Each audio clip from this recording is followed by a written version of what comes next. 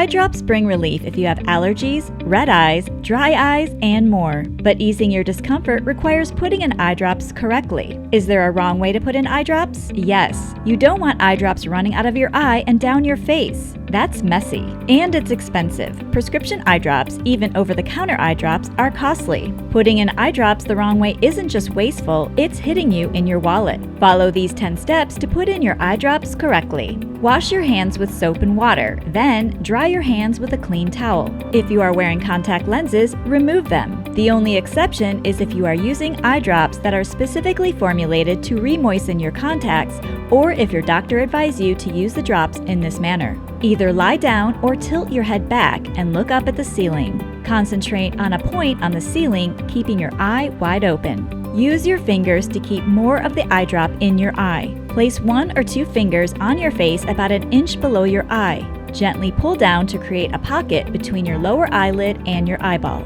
Hold the bottle close to your eye, about an inch away. Be careful not to let the dropper touch your eye or eyelashes, since this can introduce bacteria and other organisms into the eye drops in the bottle. Squeeze lightly to place 1 drop inside your lower eyelid. Remove your hands from your face. Gently close your eyes and tilt your head down for a few seconds.